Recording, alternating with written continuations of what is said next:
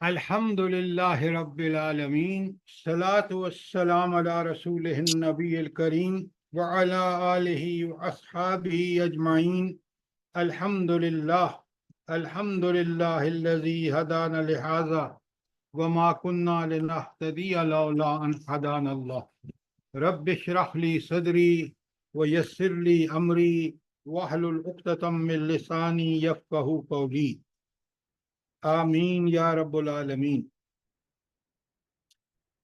آج ہم نے سورہ ابراہیم کی 3 آیات، جس میں کلمہ طیبہ اور کلمہ خبیثہ کا ذکر ہے، اس کو سمجھنا ہے، اور انشاءاللہ بہت اچھی طرح آپ نے سمجھنا ہے۔ پھر آپ کو پتہ چلے گا کہ قرآن جو بات کہتا ہے، اللہ تعالیٰ کے کلام میں جو بات ہے، وہ کہیں نہیں مل سکتی آپ کو، اس لیے کہ اللہ تعالیٰ ہی عقل کل، اللہ تعالیٰ ہی الحکیم، اللہ تعالیٰ ہی العزیز، لہذا اس کی بات سے بڑھ کر کسی اور کی بات ہو ہی نہیں سکتی۔ اور آج آپ نے بڑی اچھی طرح اس کو سمجھنا ہے، جو بات سمجھنا ہے سوال کریں، لیکن بہت ہی ہر آیت اہم ہے، لیکن یہ آیتیں بالخصوص بہت ہی اہم ہیں۔ میں اب سب سے پہلے آیت نمبر 24 پڑھ رہا۔ بسم اللہ الرحمن الرحیم۔ علم ترى کیف، علم ترى، یہ علم ترى کا جب لفظ آئے نا، تو وہاں اللہ تعالیٰ کا مقصد یہ ہوتا ہے کہ کیا تو نے نہیں دیکھا۔ اصل میں اس کا صحیح مفہوم ہے، کیا تو نے کبھی غور نہیں کیا؟ یعنی اتنی اہم بات ہے، کبھی غور تو کرو اس پر۔ آپ ذرا دیکھیں کتنی اہم بات ہے۔ علم ترى کیف ضرب اللہ مثلا کلمۃ طیبۃ، کیا تم نے غور نہیں کیا کہ اللہ تعالیٰ نے کلمہ طیبہ کو کس چیز سے مثال دی ہے؟ ذرا مثال پہ غور کریں، رب ہی مثالیں ایسی دے سکتا ہے، بندے کے بس میں نہیں ہے۔ کیا مثال ہے؟ یہ کلمۃ طیبہ کیا ہے؟ کشجرۃ طیبہ، یہ ایک اچھی ذات کا درخت ہے۔ کلمہ طیبہ کیا ہے؟ مثال کس سے دی ہے؟ ایک اچھی ذات کا درخت۔ درخت کی خوبیاں کیا ہے؟ وَأَصْلُهَا ثَابِتٌ، اس درخت کی جڑیں زمین میں گہری جمی ہوئی ہیں۔ وَفَرْعُهَا فِي السَّمَاءِ، اور اس کی شاخیں جو ہیں وہ آسمان تک پہنچی ہوئی ہیں۔ کیا خوب مثال ہے۔ کلمۃ طیبہ کیا چیز ہے؟ ایک ایسا درخت کہ جس کی جڑیں گہری زمین میں ہیں۔ تو زمین میں جب جڑیں گہری ہوتی ہیں تو کیا ہوتا ہے بھلا؟ ان گہری جڑوں کا کیا اثر ہوتا ہے درخت پر؟ درخت مضبوط ہو جاتا ہے، پھلتا پھولتا ہے، بلند تنا مضبوط ہو جاتا ہے، درخت مضبوط زمین ہوتا ہے۔ سے غور سے سنیں، ہوتی ہے سر۔ غور سے سنیں، وہ زمین سے کیونکہ گہرا ہوتا ہے، تو زمین سے پوری طرح وہ جو زمین کی رس ہے، جو اس کے تنے اور شاخوں کے لیے ضروری ہے، وہ ساری کی ساری زمین سے گہرے ہونے کی وجہ سے لے رہا ہوتا ہے۔ یہ ہے زمین میں گہری شاخوں کا مطلب۔ اور ابھی میں اس کو کھولوں گا، آپ ذرا غور سے سنیں، پہلے اس آیت کے مفہوم کو سمجھ لیں۔ وَفَرْعُهَا فِي السَّمَاءِ، اور اس کی شاخیں آسمان تک پہنچی ہوئی ہیں۔ اچھا، اب ہم دیکھتے ہیں، جب اتنی بڑی، دیکھیں نا، جتنی بڑی شاخیں ہوں گی اتنا ہی بڑا سایہ ہوگا، اتنا ہی بڑا اس پر پھل ہوگا، اتنا ہی وہ خوبصورت ہوگا۔ یہ ساری باتیں اسی وقت ہیں جب اس کی شاخیں بہت اونچی اور سرسبز ہوں۔ سرسبز اس لیے ہیں کہ وہ زمین سے پوری طرح اپنی رس لے رہا ہے، غذا لے رہی ہیں وہ شاخیں، اور ان پر بہترین پھل، بہترین سایہ ان کی وجہ سے۔ تو کیسی مثال ہے، ذرا کبھی غور نہیں نہ کرتے ہم۔ اچھا، اتنی بات کلیئر ہے؟ جلدی سر، بتائیں، سوال کریں۔ جی سر۔ اچھا، آپ ذرا بڑے غور سے سنیے۔ اصل میں یہ کلمہ طیبہ ہے کیا؟ آپ میں سے کوئی مجھے بتائے گا؟ قرآن کس چیز کو کلمہ طیبہ کہہ رہا ہے؟ جلدی بتائیں. کتنا قرآن پڑھ کے آپ نے پڑھا ہے اور آپ جی کلمہ لا الہ کیوں اس کو کیوں کلمہ طیبہ کہا ہے؟ یہ عقائد اور نظریات کی بنیاد ہے سر۔ عجائب عجائب. جی عقائد و نظریات کا کیا فائدہ ہوا اگر بنیاد ہے تو؟ سر آپ نے بتایا تھا کہ لا الہ الا اللہ مقصد زندگی اور محمد رسول اللہ طرز زندگی، یعنی شاباش، بات آپ کی بالکل ٹھیک ہے. آپ ذرا غور سے سنیے، دیکھیں نا، یہی میں نے جب سوال کیا کہ کلمہ طیبہ آپ کہتے ہیں کہ بھئی یہ ایک بہترین نقطہ نظر ہے، بہترین عقیدہ ہے. سوال یہ ہے کہ آپ کو کھول کے بتانا چاہیے کہ ساری انسان کی زندگی، اس کے اعمال، اس کے افعال، اس کے اقوال کس پہ ڈیپینڈ کرتے ہیں؟ لا الہ الا اللہ محمد عقیدہ پر. رسول اللہ. عقیدہ پر. کافر کا عقیدہ کچھ اور ہے، ساری زندگی دیکھ لیں، مال دولت حرص ہوا ختم نہیں ہو کے دیتی، یہ صرف اس کے عقیدے کی وجہ ہے. آپ صحابہ اور صحابیات کو دیکھیں، مومنین صادقین کو دیکھیں، کس قدر دنیا میں اللہ کے حکم کے لیے بے تاب رہتے ہیں. جس سے منع کیا ہے اسے رک جاتے ہیں، جسے حکم دیا اسے کرنے کی جان لڑا دیتے ہیں. یہ ہے کلمہ طیبہ، یہ ہے اس کا. تو کلمہ طیبہ دراصل وہ عقیدہ ہے، صالح عقیدہ ہے، اور اس میں 3 عقیدے کی باتیں جو ہیں وہ اہم ترین ہیں. ایک عقیدہ توحید، ایک عقیدہ رسالت، اور ایک عقیدہ آخرت. اچھا، ہم نے کتب کی تو بات ہی نہیں کی، نہ فرشتوں کی بات کی ہے. کیوں نہیں بات کی یہ اس کی؟ سر وہ رسالت میں ہی آ جاتے ہیں. ہاں، وہ رسالت کا حصہ ہے. فرشتے کا کام یہ ہے کہ وہ اللہ تعالیٰ کا پیغام لے کر نبی تک پہنچا دیں، اور وہ پیغام کتاب کی شکل میں قرآن ہمارے پاس موجود ہے، وہ نبی پر نازل ہوتا ہے. اچھا، بڑے غور سے سنیے، یہ جو عقیدہ توحید ہے یہ کیا ہے بھلا؟ اس کا نچوڑ کیا ہے؟ جلدی بتائیں.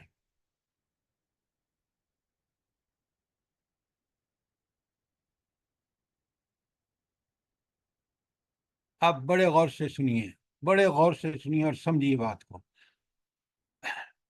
کافر بھی یہ مانتے تھے کہ پالنے والا اللہ ہے. رب کا لفظ کہ پیدا بھی اس نے کیا، پالتا بھی وہ ہے، ضروریات بھی وہ پوری کرتا ہے، سب کچھ. تو یہ کافر مکے کے بھی مانتے تھے. آج کے کافروں سے پوچھ لیں زمینوں آسمان کو کس نے پیدا کیا، وہ کہیں گے اللہ نے پیدا کیا. اتنی بڑی کوئی اور ہستی کلیم کر ہی نہیں سکتی کہ اس نے یہ نظام بنایا ہے. تو مسئلہ کیا ہے ان کافروں کا؟ جلدی بتائیں. اگر یہ نہیں پتا تو پھر آپ نے کافر کافر کہتے رہتے ہیں. بھئی کافر کا مسئلہ کیا ہے؟ سر اپنی مرضی کرتے ہیں، اپنی خواہش پہ او چلتے ہیں. ہو یہ ہو ہو ہو ہو. انبیاء جو کو میں نہیں بحث کر رہا ہوں مانتے آپ تھے الٹی بات مت کریں. سر جی، کافر ہمارے رسولوں کو نہیں مانتے تھے، ان پہ ایمان نہیں لاتے تھے. دیکھیں، اب یہاں آپ قرآن کی بات کریں، قرآن کہتا ہے کہ وہ سب مانتے ہیں سوائے اس کے کہ وہ اللہ کی عبادت نہیں کرتے. اور سارے انبیاء نے کیا کہا؟ یا قوم عبد اللہ، اے میری قوم کے لوگوں اللہ کی عبادت کرو. اللہ کو ماننا ٹھیک ٹھیک اس وقت ہے جب آپ اللہ تعالیٰ کی عبادت اس وسیع معنوں میں کریں گے کہ زندگی کے ہر معاملے میں جس کا حکم دیا ہے اس کو کرنے کے لیے آپ بےتاب ہوں گے، جس سے روکا ہے اس سے رک جائیں گے.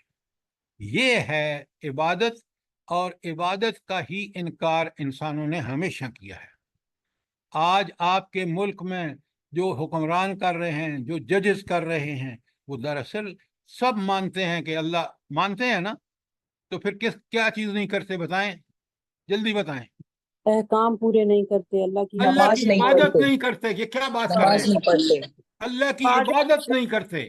آپ لفظ عبادت کا مفہوم سمجھیے، کبھی ادھر چلے جاتے ہیں کبھی ادھر، یہ انکمپلیٹ جواب ہے۔ قرآن پورا پڑھ لیں، انبیاء نے آ کے اپنی قوموں کو دعوت عبادت کی دی ہے، توحید عبادت وہ نہیں کرتے تھے۔ تو کلمہ طیبہ یہ ہے کہ سب سے پہلے آدمی اپنے رب کو مانے کہ اس ہی کی عبادت ہوگی اور کسی کی نہیں ہوگی۔ یہ ہے عقیدہ توحید کا نچوڑ۔ سوال کریں اگر میں غلط کہہ رہا ہوں۔ بات سمجھ آئی ہے کہ نہیں؟ جی سر۔ جی جی سر، سر جی آپ اور میں بھی یہی کر رہے ہیں کہ اللہ کی عبادت، سود ہم کھا رہے ہیں، بری رسموں میں شادی کی ہوں، موت کی ہوں، ہم ان میں انوالو ہیں نعوذ باللہ، اور پھر ہم کہتے ہیں کہ ہم تو کلمہ طیبہ پڑھتے ہیں۔ کلمہ طیبہ پہلے توحید ہے، توحید میں توحید عبادت ہے۔ اگر کوئی سوال ہے تو کر لیں ورنہ اس کو سمجھیں۔ اچھا، اب آ جائیے رسالت۔ رسالت کا عقیدہ کیا ہے بھلا؟ ٹھیک ٹھیک عقیدہ بتائیں۔ زندگی گزارنے کا طریقہ سر، اللہ کے حکم کے مطابق، اللہ کا نبی پیغام صلی پہنچا دینا۔ یہ بالکل آپ کا جواب ادھورا ہے۔ اپنا ہر عمل، ہر سوچ، ہر فکر، اس کی نمونہ ہمارے پاس کیا ہے؟ کیا ہے نمونہ؟ نبی پاک۔ نبی صلی اللہ علیہ وسلم۔ نبی صلی اللہ علیہ وآلہ وسلم۔ اگر کوئی دنیا میں ہمارا پسندیدہ لیڈر، پسندیدہ رہنما ہے تو وہ صرف اور صرف اللہ کے رسول صلی اللہ علیہ وآلہ وسلم۔ دوسرے جو لوگ اس رسول کی اطاعت کر رہے ہیں وہ بڑے واجب الاحترام ہیں، لیکن جو نبی کا درجہ ہے وہ کسی کا نہیں ہو سکتا۔ آج آپ دیکھ رہے ہیں ہمارا بہت بڑا مسئلہ جو ہے وہ یہ ہے کہ ہم نبی صلی اللہ علیہ وآلہ وسلم، آپ کے بچے واقف نہیں ہیں، بہت سارے بچوں کو پتہ ہی نہیں کہ یہ آخری نبی کون ہے، ان کا کیا مقام و مرتبہ ہے۔ میں غلط تو نہیں کہہ رہا؟ جی، ٹھیک سر، بالکل صحیح کہہ رہے ہیں۔ تو پھر آپ، ہمارا ایمان بالرسالت تو ٹھیک نہیں ہوا۔ جب توحید بھی ٹھیک نہیں ہے، رسالت بھی ٹھیک نہیں ہے، تو کلمہ طیبہ پہ ہم کہاں سے آ گئے؟ تیسری بات، توحید، توحید عبادت، رسالت، نبی کریم صلی اللہ علیہ وآلہ وسلم ہی ہمارے رہنما، ہمارے اعلیٰ نمونہ گائیڈ وہی ہے۔ نمبر 3، آخرت کا عقیدہ۔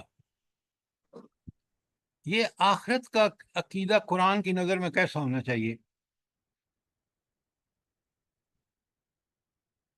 کہ ہم نے یہاں جو کچھ کرنا ہے اس کا حساب کتاب دینا ہے۔ یہ بات جب آپ کرتے ہیں نا، لفظ یقین لائیں اس میں۔ اس بات سب کہتے ہیں کہ ہاں ہاں بالکل آخرت ہوگی، کوئی آخرت کا تصور ہمارے اعمال میں نظر نہیں آتا۔ یہ جو آپ کہہ رہے ہیں نا، بالکل ٹھیک کہہ رہے ہیں کہ ایک ایک عمل کا حساب دینا ہوگا۔ اس کا یقین، اس کا یقین، یقین کا لفظ استعمال کریں۔ میں جب حقوق اللہ اور حقوق العباد ادا کروں گا، جب میں اپنے اخلاق ٹھیک کروں گا، جب مجھے بالکل یقین ہوگا کہ یہ آخرت میں ساری چیزیں مجھے اللہ جنت دے گا اسی وجہ سے۔ آخرت کا یقین۔ آج آخرت کا یقین نہیں ہے۔ امت کو دیکھ لیں، کرتوت دیکھ لیں، پاکستان میں دیکھ لیں۔ تو کلمہ طیبہ 3 چیزوں کا نام ہے۔ عقیدہ توحید، جیسا میں نے آپ کو بتایا ہے، عقیدہ رسالت اور عقیدہ آخرت، ان سب چیزوں کا یقین۔ جب یقین ہوگا تو عمل اللہ کی مرضی کے خلاف بندہ کرے گا ہی نہیں۔ رسول کو مانے گا نمونہ تو رسول صلی اللہ علیہ وآلہ وسلم کے عمل کے علاوہ کسی اور کے عمل کو قبول نہیں کرے گا. ہاں اگر اس کے مطابق عمل ہے تو ٹھیک ہے.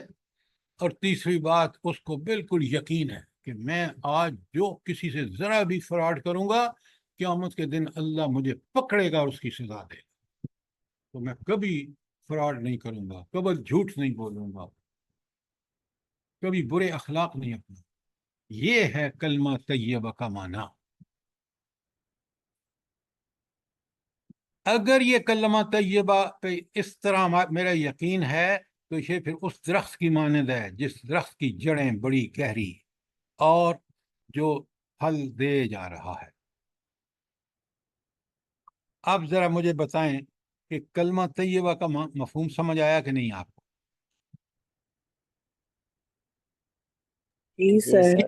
تو سر جی آ گیا الحمدللہ. جی سر آ گیا. اب ذرا بڑے غور سے سنیں. یہ ایسا کلمہ نہیں ہے کہ جس کو صرف ہم مان لیں. یہ کلمہ اپنی حقانیت کے ٹھوس دلائل رکھتا ہے. مثلا آپ پوری کائنات کو دیکھ لیں، چاند، سورج، ستارے، سیارے، کوئی چیز دیکھ لیں، وہ دراصل اس کا پورا نظام جو ہے اسی کلمہ طیبہ پر کہ وہ اللہ کی حقانیت، اللہ کی عبادت کر رہا ہے. یہ بات ٹھیک ہے؟ پوری کائنات کا نظام آپ کو بتا رہا ہے کہ وہ اللہ کے حکم کے مطابق عین مطابق چل رہا ہے. یہ ٹھیک ہے؟ جی سر. جی سر بالکل. اچھا، پھر اس کلمے کے خلاف کوئی بھی کائنات میں چیز جو ہے آپ کو اس سے ہٹی ہوئی نظر نہیں آتی. نمبر 3، اور ہر چیز کی جبلت جو ہے، وہ جو اس کے اندر اللہ نے ایک خاص چیز رکھی ہے، اس کے بھی خلاف نہیں ہے. کیوں کہ ہر چیز جو ہے وہ اس اللہ کی بات کو مان رہی ہے کیونکہ وہ کلمہ طیبہ پر یقین رکھتی ہے. اور کہیں بھی، یہ سب سے بڑی بات، کہیں بھی کوئی حقیقت یا کوئی صداقت اس کلمہ طیبہ سے نہیں ٹکراتی. ہر حقیقت، ہر صداقت اس کلمہ طیبہ کے عین مطابق ہے کائنات.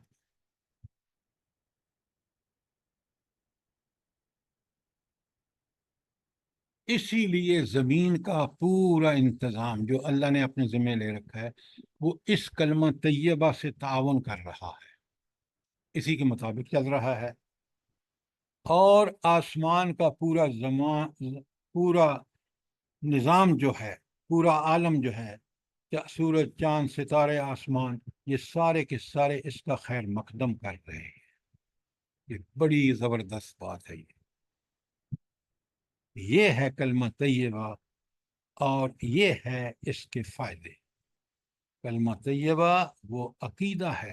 3 چیزیں: عقیدہ توحید جس میں خاص کر کفار بھی مانتے تھے کہ پیدا کرنے والا اللہ ہے، اور بار بار آپ دیکھیں اعتراف خود قرآن میں موجود ہے ان کی زبان میں، لیکن ان کا مسئلہ یہ تھا کہ وہ اللہ کو معبود نہیں مانتے تھے.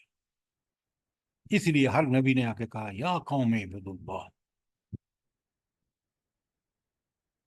سورہ بقرہ میں جو 3 رکوع ہیں نا، پہلے رکوع میں پکے سچے مومنوں، کافروں کا ذکر ہے، دوسرے رکوع میں منافقین کا ذکر ہے، اور تیسرے رکوع میں اللہ تعالیٰ فرماتا ہے یا ایھا الناس اعبدوا ربکم، اے لوگو، پوری دنیا کے لوگوں، کس کی عبادت کرو؟ اللہ کی عبادت کرو. یہ ہے کلمہ طیبہ. اب کوئی سوال ہے تو کریں، شاباش. اور اس کلمہ طیبہ پہ قائم ہو جائیے.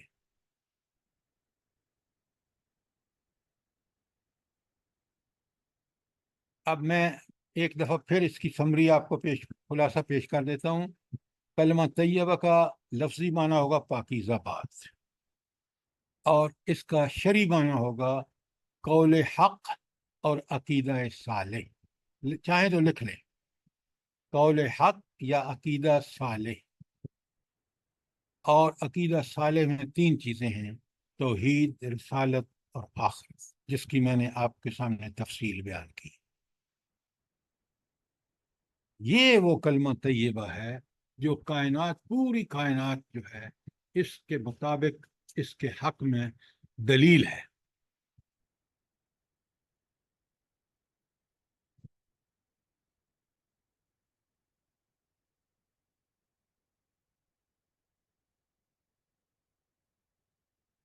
اب جب اس کی مثال قرآن نے شجرہ طیبہ کے دی ہے تو شجرہ طیبہ سے مراد کیا ہے بھلا؟ سر کھجور کا درخت، کھجور کا درخت، کس قدرہ؟ کھجور کا سر، کھجور کا۔ انا للہ و انا الیہ راجعون۔ اللہ تعالیٰ نے کھجور کیوں نہیں کہا؟ اس کا سایہ ہوتا ہے اتنا۔ پاکیزہ درخت، پاک درخت جس نے ہر کام نیک اللہ اور اللہ کے رسول کے مطابق آپ کیا لکھیں، جائے۔ ذرا مہربانی کر کے لکھیں، یہ وہ درخت ہے جو ثمردار ہے، پھلدار ہے، کاما یہ سایہ دار ہے، کاما یہ نفع بخش ہے، اور چوتھی بات یہ بابرکت ہے۔ اب یہ ساری چیزیں کھجور کے درخت میں نہیں ہیں، ورنہ اللہ تعالیٰ بیان فرما دیتے بڑا مفید درخت ہے، لیکن شجرہ طیبہ نہیں ہے۔ شجرہ طیبہ میں یہ اس لیے کہ خود اللہ تعالیٰ کہتا ہے وہ درخت ایسا ہے کہ جڑیں گہری آسمان میں، زمین میں، اور اس کی شاخیں آسمان تک۔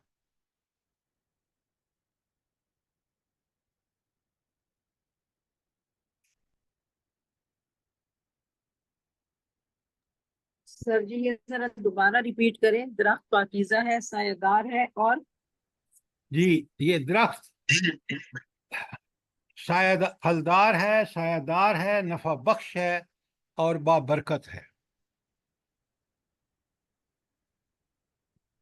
اچھا، اب اگر آپ نے یہ سمجھ لیا ہے تو مجھے ایک بات بتائیں، اللہ تعالیٰ آیت میں کہتے ہیں تُؤْتِی اُکُلَہَا کُلَّ حِینٍ بِإِذْنِ رَبِّہَا، کہ یہ اپنا پھل دیتا ہے اپنے رب کے حکم سے لگاتار۔ کیا مطلب ہے اس کا؟ بڑے غور سے سمجھنا ہے آپ نے۔ اس کا مطلب یہ ہے کہ یہ ایسا درخت ہے کہ اس کے اوپر کبھی خزاں نہیں آتی۔ بھائی ہر زمانے میں پھل دیتا ہے تو خزاں نہیں ہوگی تو پھل دے گا نا، لہذا اس درخت کے لیے یہ سدا بہار جو درخت ہے اس پر خزاں کبھی نہیں آتی۔ اچھا یہ تو مثال ہے، اب ذرا ہم آ جائیں کہ اللہ تعالیٰ نے انسانوں کے لیے اس کلمے کو سدا بہار کیوں کہا ہے؟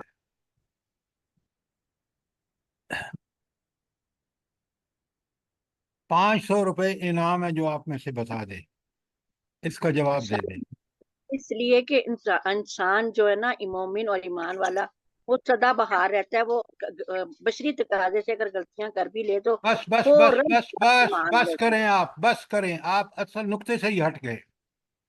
سر یہ کلمہ جو ہے انسان کو ہمیشہ فائدہ ہی دیتا ہے، اس نہیں دنیا میں بھی آخرت میں بھی۔ یہ نہیں، بالکل نہیں۔ سر وہ ہر تکلیفوں میں، ہر مشکلات میں مومن اپنی عقیدے پہ قائم رہتا ہے، چاہے اس پہ جو کچھ بھی تکلیفیں آئے، لیکن وہ اپنے عقیدے پہ، یعنی وہ اللہ کے فیصلے میں راضی رہتا ہے۔ آپ نے 500 روپے ہار دیے، اب بڑے غور سے سنیں۔ مصیبتوں میں وہ انسان کو صبر اور استقامت سکھاتا ہے، اور اللہ تعالیٰ جب بہت احسان کرتا ہے، نعمت دیتا ہے، تو وہ شکر کرتا ہے۔ تو آپ پڑھ چکے ہیں پیچھے کہ لَإِن شَكَرْتُمْ لَأَزِيدَنَّكُمْ، یہ ہے کہ وہ وہاں خزاں نہیں آتی، کہ مصیبتیں ہوں، تکلیفیں ہوں، آرام ہو، آسائشیں ہوں، ہر حال میں کلمہ طیبہ پر قائم رہنے والا اس پہ قائم رہتا ہے۔ یہ ہے سدا بہار۔ سوال کیجئے اگر بات ٹھیک نہیں کہہ رہا تھا۔ مطلب سر اس پر قائم رہنے والا ہمیشہ فائدے میں رہتا ہے، نفع میں رہے کیا گا۔ بات کر رہے ہیں؟ مصیبتوں میں کیا کرتا ہے، آسائشوں میں کیا کرتا ہے؟ ہمیشہ فائدے میں رہتا ہے. بھائی ہمیشہ بتائیں نا کس مصیبتوں میں کیسے فائدے میں رہتا ہے, آسانیوں میں کس طرح فائدے میں رہتا ہے, کیا اس کو یہ کلمہ کس طرح اس کو رکھتا ہے. بات کو اپنی بات پہ مت اڑیں, بات قرآن کی سمجھیں, قرآن کی روح کو سمجھیں. سر مصیبتوں پر صبر کرنے پر اور راحتوں پر شکر کرنے پر اس کو اجر ملتا ہے. یہی تو بات میں نے آپ کو بتائی ہے کہ ہر حال میں یہ انسان کی طاقت انسان کو تقویت دیتا ہے, چاہے مصیبتوں میں ہو چاہے خوشیوں میں ہو. یہ ہے اس کا سدا بہار ہونا.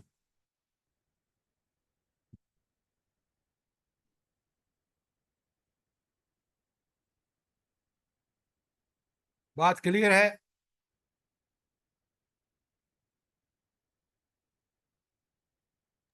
جی اب سر جی. اب سنیے ذرا ایک اور حقیقت.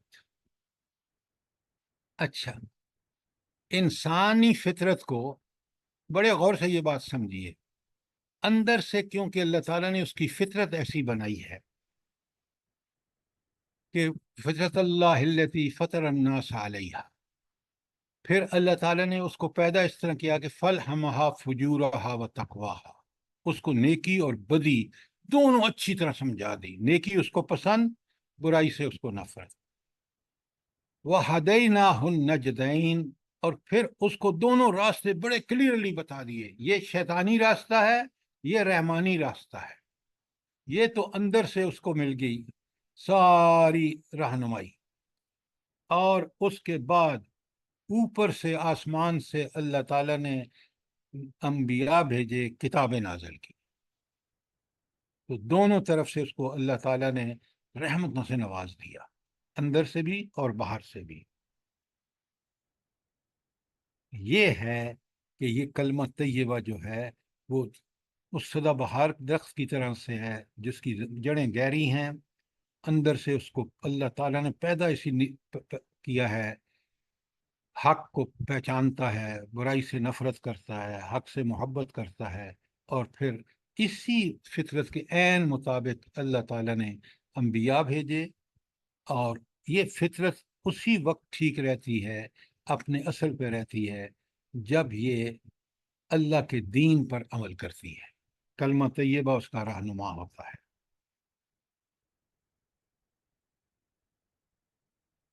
بات سمجھ آئی کہ نہیں آئی؟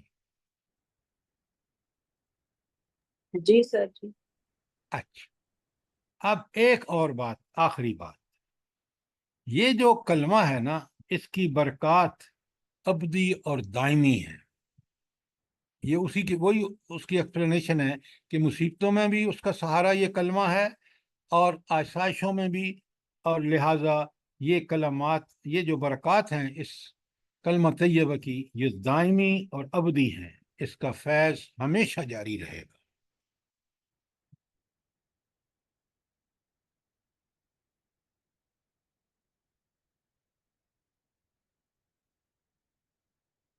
اب ایک اور بات سنیے, تاریخ سے ذرا اس کو سمجھتے ہیں.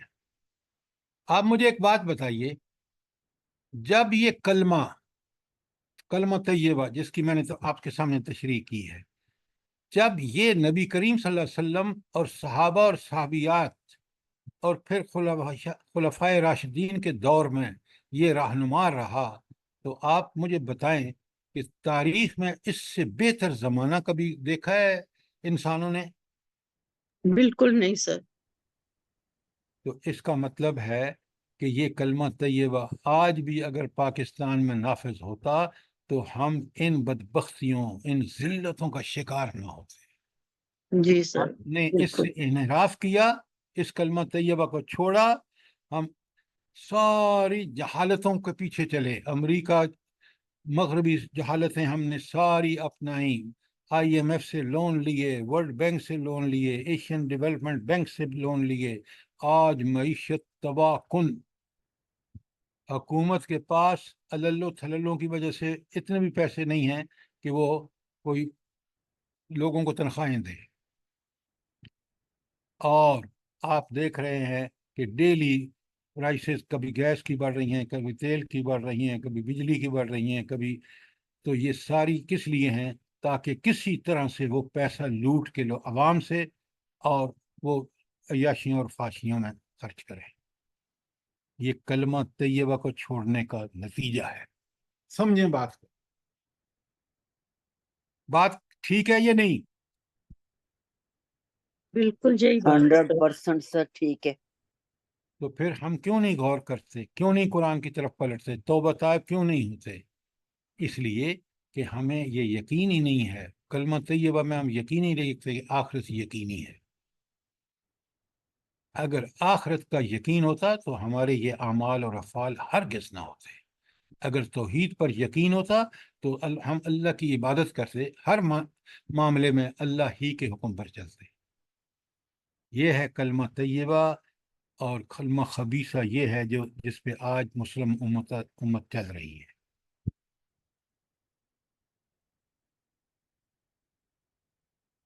اچھا، اب میں نے پوری آیت پھر دوبارہ پڑھتا ہوں، اور آپ کا کوئی سوال ہو۔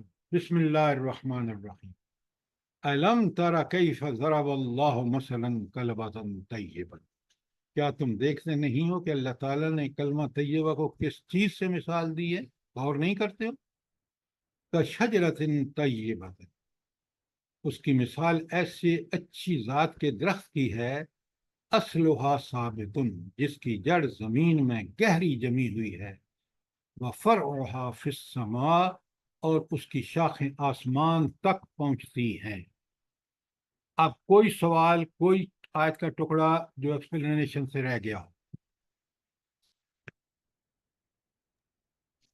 جی سر، میں یہ پوچھنا چاہ رہی تھی کہ اس طرح کا یہ جو درخت بتایا گیا ہے، تو ویسے دنیا میں ایسا کون سے درخت کے ساتھ اس کو تشبیہ دے سکتے ہیں؟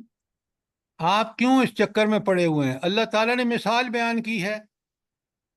اب آپ ایک دیکھیں، بات کو سمجھیں۔ قرآن جو بات کر رہا ہے اس نے مثال دی ہے، اور مثال ایک ایسے درخت کی دی ہے۔ دنیا میں کوئی آپ پودا ایسا نہیں ہے کہ جس کی شاخیں آسمان تک جاتی ہوں، بتائیں مجھے، ہے کوئی؟ جی ٹھیک ہے، جزاک اللہ خیر۔ یہ سر جی اللہ ایک تعالیٰ نے، سوال ہے۔ جی فرمائیں۔ جی سر جی، وہ جو حدیث ہے عبداللہ بن عمر والی رضی اللہ تعالیٰ عنہ، بولے تو نا کیا اللہ کے، ہے؟ جی جی، اللہ تعالیٰ کے رسول صلی اللہ علیہ وسلم نے اس کو شجرہ طیبہ کو کھجور کے درخت سے ہی تشبیہ دی ہے۔ میری بات سنیں، آپ اس کو بڑا لمٹ کر رہے ہیں۔ اس کے ضرور فائدے ہیں، لیکن وہ یہ پودا نہیں ہے جس کی مثال اللہ نے یہاں دی ہے۔ اس کی جڑیں تو، اس کی شاخیں تو زمین کی طرف جھک جاتی ہیں۔ سر اس سے یہ بھی بتانا مقصود ہے کہ جس طرح یہ اس کی شاخیں زمین میں گہری جمی ہوئی ہیں، اس سے مراد یہ بھی اگر ہم اپنی زندگی میں دیکھیں تو جیسے فکر میں بھی سلجھاؤ ہے، مزاج میں، سیرت میں، اخلاق میں، روح میں، برتاؤ میں، معاملات میں، یعنی کہ ہر شعبہ زندگی کے اندر آپ کو اس کے جو اثرات نظر آتے ہیں، یہ بتانا مقصود ہے۔ بے شک، بہت اچھا، بہت اچھا۔ صرف یہی نہیں، یہی کلمہ ثابت آپ کو آخرت میں، اس میں حشر میں، آپ کے اس میں برزخ میں، موت کے وقت یہ کام آئے گا۔ بہت عمدہ بات کی آپ نے، لیکن یہ چیزیں بھی اس کے اندر شامل ہیں۔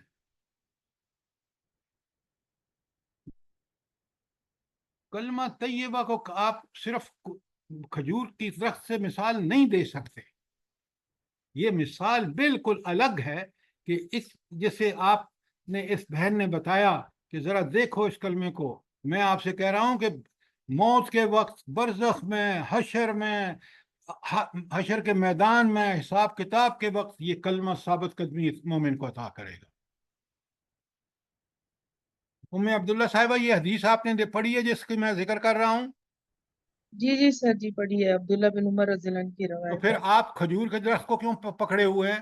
نہیں سر جی، اسی کی طرح مومن کی مثال دی گئی ہے کہ جس طرح وہ کھجور مومن کے کی درخت کی مثال جڑیں۔ ایک حیثیت میں ہے، یہاں شجرۃ طیبہ اور چیز ہے، مثال ہے۔ اپنے آپ کو محدود مت کریں۔ نبی کریم صلی اللہ علیہ وسلم نے بالکل ٹھیک مثال دی ہے کہ مومن بڑا فائدہ مند ہوتا ہے، لیکن یہاں جس کی مثال ہے اس کو سمجھیں ذرا.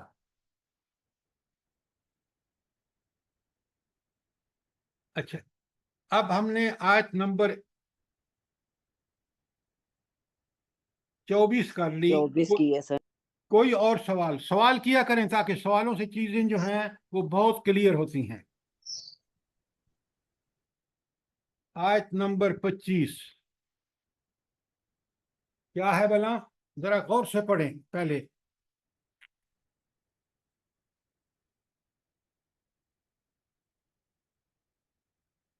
اب سنیں آیت نمبر 25، اس کا ترجمہ پھر اس کا ایکسپلینیشن سمجھتے ہیں.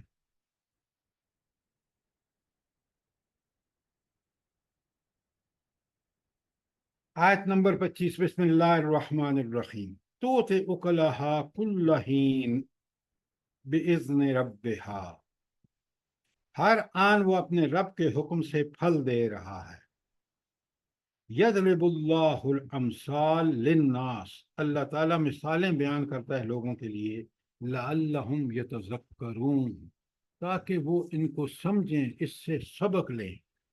اب مجھے بتائیے کہ یہاں جو بات اللہ تعالیٰ نے فرمائی ہے 25 میں، کہ یہ مثالیں تو اس لیے ہیں کہ ہم دیکھیں نا، ہم نے کتنا کھول کے سمجھا ہے کہ کلمہ طیبہ کی حقیقت عقائد و ایمانیات ہیں، جس میں خاص 3 چیزیں امپورٹنٹ ہیں. اس کو ہم نے پوری طرح ڈسکس کیا ہے. اور پھر ہم نے دیکھا ہے کہ آیت 24 میں اللہ تعالیٰ کہتا ہے کہ اس کا جڑیں گہری اور آسمان تک شاخیں، اس کو بھی ہم نے پوری طرح کھول کے سمجھا ہے. اب اللہ تعالیٰ فرما رہے ہیں کہ یہ پھل، یہ پودا جو ہے، یہ اس کی مثالیں جو ہیں وہ اس لیے دی جاتی ہیں تاکہ لوگ سمجھیں. بھلا لوگ کیا سمجھیں؟ کیا مطلب ہے؟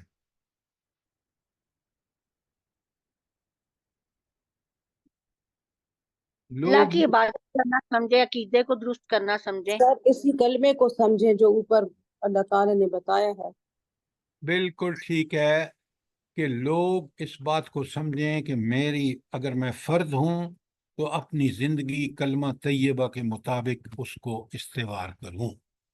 اگر قوم ہے تو وہ کلمہ طیبہ پہ عمل کرتے ہوئے اس کلمہ کو نافذ کرے. حکمران ہیں، عدالتیں ہیں، اگر نہیں نافذ کریں گے تو وہ کلمہ خبیثہ ہوگا. اس کا ذکر آگے آ رہا ہے.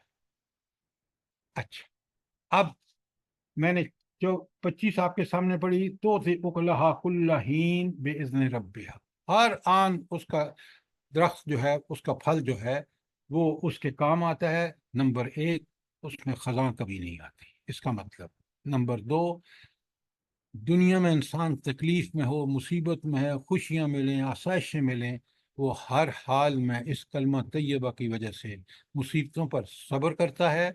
اللہ اس کے ساتھ ہوتا ہے. آسائشوں اور نعمتوں پر شکر کرتا ہے. دنیا میں اللہ اس کو اور زیادہ دیتا ہے، آخرت میں اللہ اس کو جنت دیتا ہے. یہ ہو گیا توتی اکلہا کل حین باذن ربہا. کوئی سوال اس آیت کے ٹکڑے پر؟ جلدی کیجیے.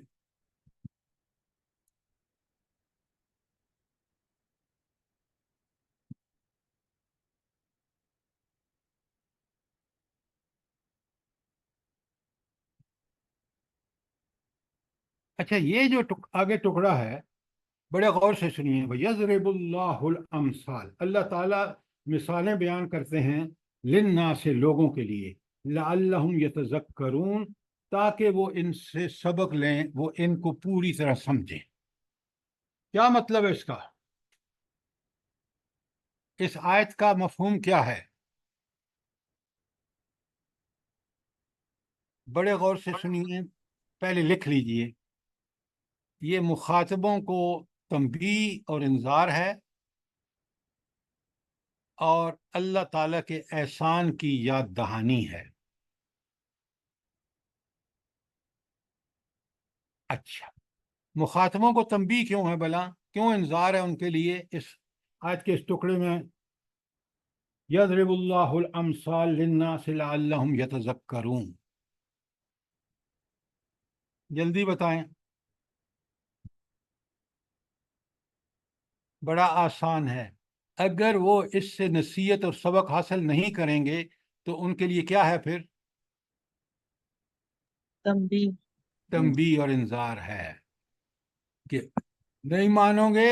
کتنا بڑا اللہ کا کرم ہے کہ اس نے کلمہ طیبہ تمہیں دے دیا جو عین انسانی فطرت، زمین و آسمان کی ہر چیز کی عین فطرت کے مطابق تم سے جس چیز کا مطالبہ کیا جا رہا ہے اس کلمے کے تحت، وہ تمہیں پہلے سے ہی اللہ نے تمہاری فطرت میں رکھ دیا ہے.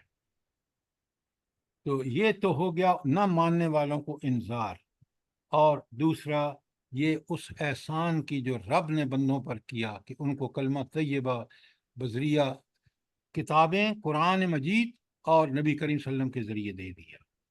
کوئی سوال یہاں تک؟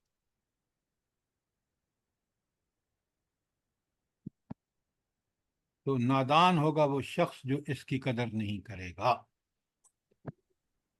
سر آپ نے یہ بھی کیا بتاتے مخاطبین کے لیے تنبیہ اور انذار ہے، اور احسان اللہ کے احسان کی یاد دہانی ہے کہ اللہ تعالیٰ نے کتنا بڑا احسان کیا کہ اس نے یہ کلمہ طیبہ ہمیں بذریعہ قرآن اور نبی کریم صلی اللہ علیہ وسلم کے ذریعے ہمیں دے دیا.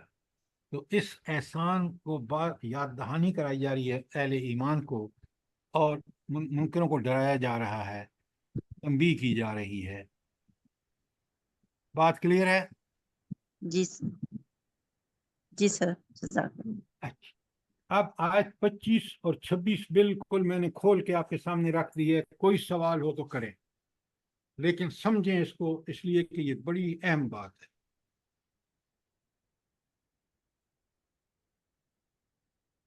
اب آ جائیے آیت 26 پر بڑے غور سے. بسم اللہ الرحمن الرحیم. اب بالکل قرآن تقابل کرتا ہے. وَمَثَلُ كَلْمَةٍ طَيِّبَةٍ، اور مثال ہے ساری کلمۃ خبیثۃ، کلمہ خبیثہ کی مثال ہے کشجرۃ خبیثۃ، اس کی مثال بھی ایک بدذات درخت کی سی ہے. اچھا، پہلے تو مجھے یہ بتائیں، ہم نے کلمہ طیبہ کو بڑا اچھی طرح سمجھ لیا، یہ کلمہ خبیثۃ کیا چیز ہے؟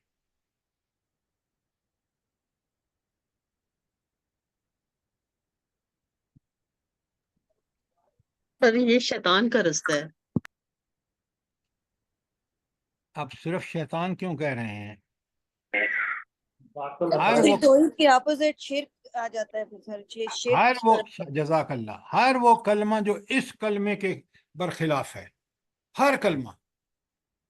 بھائی یہ جو آپ کا ویسٹ کے ساری آج نظام زندگی ہے، کیپیٹلسٹ سسٹم ہے، یہ جو اب روس ٹوٹ چکا ہے کمیونزم کی وجہ سے، یہ سوشلزم، یہ سارے کے سارے کلمہ خبیثہ ہیں. دیکھ لیں دنیا کتنی تنگ ہے اس کلمہ خبیثہ کیپیٹلزم سے. امریکہ کو دیکھ لیں، یورپ کو دیکھ لیں.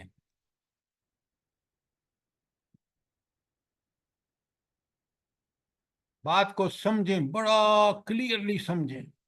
آج امت مسلمہ کو بالعموم اور پاکستانی قوم کو بالخصوص دیکھ لیں، ہم نے کلمہ طیبہ کو چھوڑا، کلمہ خبیثہ کے پیچھے لگ گئے، اور آج کہاں کھڑے ہیں. اتنا خوبصورت ملک، اتنے ذرائع اور وسائل میں نے دنیا دیکھی ہے سوائے جاپان کے. کہیں مجھے کوئی ملک جس میں مجموعی طور پر اتنے اللہ تعالیٰ کے فضل و کرم ہوں، اور آج کس حال میں ہے کلمہ خبیثہ کی وجہ سے. بات سمجھ آ رہی ہے نہیں آ رہی؟ جی سر. جی سر. تو کیوں نہیں ہم سوچتے، کیوں نہیں لوگوں کو بتاتے کہ دیکھو یہ کلمہ خبیثہ ہے جس نے ہمیں یہاں لا کے کھڑا کیا ہے. بالکل سر، یہ ہم لوگوں کے اوپر بالکل فٹ ہو رہا ہے یہ آیت نا. یہ اس لیے کہ قرآن برحق ہے. کس طرح سمجھایا ہے کلمہ خبیثہ اور کلمہ طیبہ. تو خبیثہ کلمہ جو ہے وہ ہر وہ کلمہ ہے جو اس کے خلاف ہے کلمہ طیبہ کے، چاہے وہ کیپیٹلسٹ سسٹم ہو، سوشلزم ہو، کمیونزم ہو، دنیا نے سارے نظام استعمال کر کے دیکھ لیے، ایک سے ایک میں بڑھ کر بربادی ہے۔ اچھا، اب آگے سنیں آیت 26 کو، یہ کلمتن خبیثتن کا شجرتن خبیثتن اجتثت من فوق الارض، جو زمین کی سطح سے ہی اکھاڑ پھینکا جاتا ہے۔ اچھا، سر جی اس کو اجتثت پڑھیں گے۔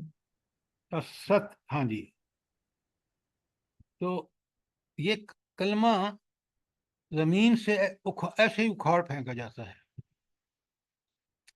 اچھا، اب میرے ذہن میں ایک بڑی پیاری مثال آ رہی ہے۔ آپ میں سے جو لوگ گاؤں میں رہنے والے ہیں، زمینداری کرتے رہے ہیں، وہ سمجھتے ہیں کہ یہ جو ایک بھوکیں سی ہوتی ہیں اور بالکل فضول ہوتی ہیں، تو وہ زمیندار کے بچے بھی جا کے اس کو اکھاڑ کے باہر پھینک دیتے ہیں، یعنی ہاتھ سے پکڑیں، وہ جڑیں اوپر ہوتی ہیں، نکل کے باہر آ جاتا ہے۔ تو اللہ تعالیٰ کہتے ہیں کہ اس کو کوئی قرار نہیں ہے۔ کیوں؟ آپ پیچھے پڑھ کے آئے ہیں، اگر آپ کو یاد ہے کہ اللہ تعالیٰ کس کو باقی رکھتا ہے، کس چیز کو باقی رکھتا ہے، جلدی بتائیں۔ باقیات الصالحات، جی، ینفع الناس، بہت جو عمدہ، لوگوں کو فائدہ۔ بہت عمدہ، بہت عمدہ۔ یہ تو صرف اسی چیز کو باقی رکھتا ہے جو لوگوں کو نفع دیتی ہے۔ عجائب یہ سارے نہیں ہیں، جہاد پہ ابھی باقی ہیں۔ اچھا، اب ذرا سنیے، اللہ تعالیٰ فرماتے ہیں کہ یہ جو کلمہ خبیثہ ہے، اس کو زمین میں قرار ہی نہیں ہے۔ اچھا، کیا مطلب ہے اس کو زمین میں قرار نہیں ہے؟ ذرا قرآن کے نقطہ نظر سے بات کریں۔ تب سر اس کی بنیاد مضبوط نہیں ہے۔ ایک نبی کریم صلی اللہ علیہ وآلہ وسلم اٹھے اور تنہا چیلنج کیا اس کو، 13 سال مکے میں رہے، 14ویں سال حکومت قائم ہو گئی مدینے میں۔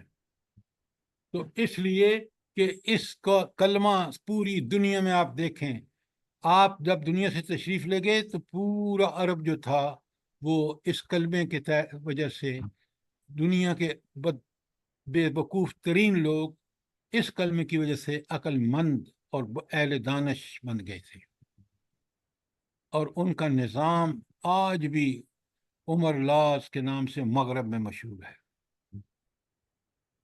تو یہ ہے کلمہ طیبہ اور یہ ہے کلمہ خبیثہ۔ آج اگر کلمہ خبیثہ پوری دنیا میں کسی نہ کسی طرح سے سپیریئر ہے تو اس کی وجہ کیا ہے بھلا؟ جلدی بتائیں، کیوں قرار سر یہ پکڑا جو ہوا کچھ ہے؟ کلمہ خبیثہ نے کیوں قرار پکڑا ہوا ہے؟ جلدی بتائیں۔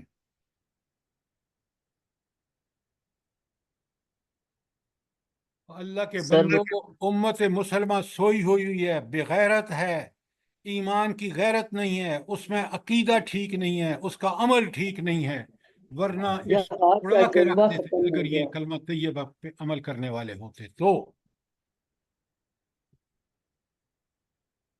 جس قوم کے پاس میزائل اور نیوکلیر ویپنز ہوں، اس کا حشر دیکھ رہے ہیں آپ۔ ایمان نہیں ہے سر۔